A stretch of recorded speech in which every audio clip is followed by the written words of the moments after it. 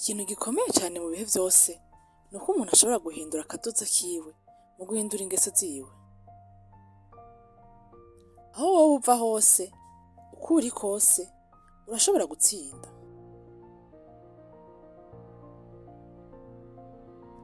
Reka umuco wawe umurike muri wewe kugira ngo ushobore kumurikira uwundi.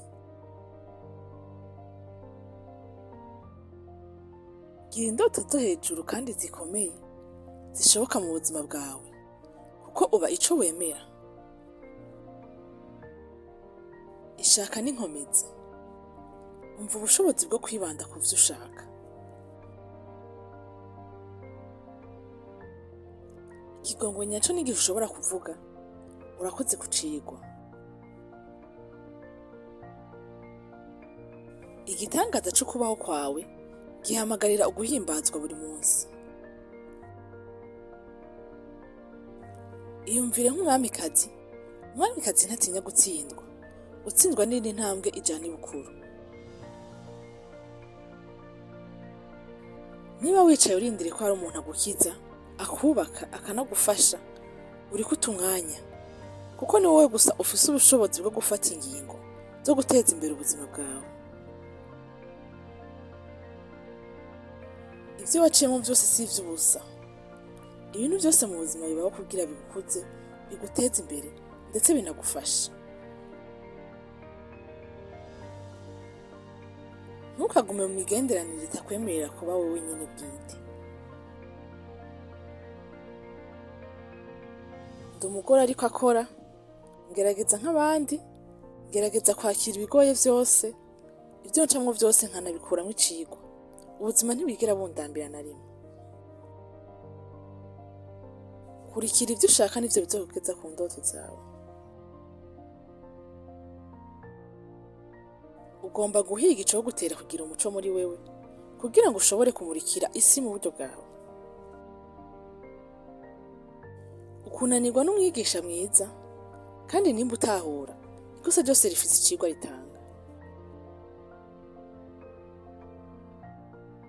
Ubuyobozi bujanye no kugira ubushobozi bwo guhuza no kwitaho abantu kugira ngo bubake hamwe no kugira umwidegemvyo mu buzima bwabo. Ubutwari uzokenera ni ubutwari bwo kubaho ubuzima wagenewe.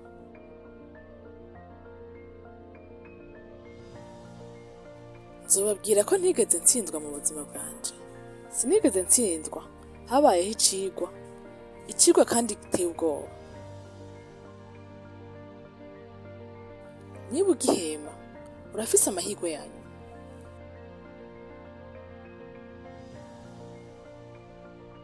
Iyo ndavye kazoza, gasa neza cane, karakayangana kugeza aho kamena amaso. Ntukitiranye ivyo abantu bavuga ko uri, hamwe n'uwo uri.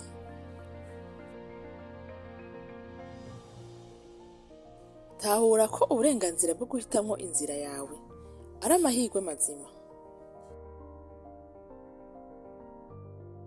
Iyo ata rugamba ruhari, nta nkomezi zihari. Shima ivyo ufise, uzoheza ufise vyinshi. Niwisunga ku vyo udafise, ntuzigera ukwiza. Tutitaye ku bo turibo, canke aho tuvuka, buri gihe dufise urugendo rw'ubuzima bwacu bwo gukora. Gutinya ni umwanya uba utakaye. Koresha izo nguvu nyene kugira ngo ukore ikintu kigutera ubwoba.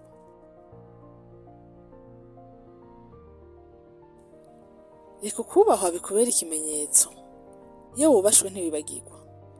Guhitamwo neza nubwo ata muntu n'umwe amenya ko uri gukora ibintu bibereye, bizokwama bikuzanira ikintu ciza.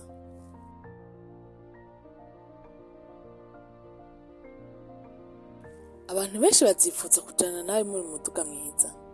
Ariko ico ushaka ni uwo muzojana muri bus, umuduga mwiza wapfuye.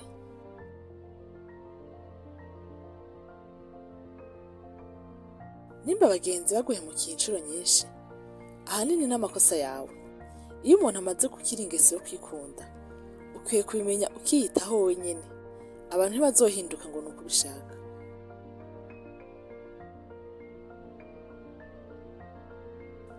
Uzobabazwa inshuro nyinshi mu buzima bwawe, uzokora amakosa, abantu bamwe bazovyita gutsindwa, ariko namenye ko gutsindwa ari Imana ibishatse kuvuga ko ugiye mu nzira mbi.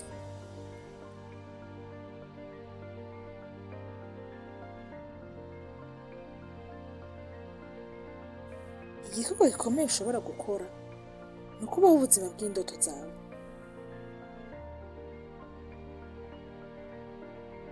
Ufise ububasha bukomeye ku buzima bwawe, ntuguma ubandanya gusharika n'umuntu n'umwe iyo ivyawe bitariko bigenda neza. Ubuzima mu vy'ukuri ni ugutera tuja imbere.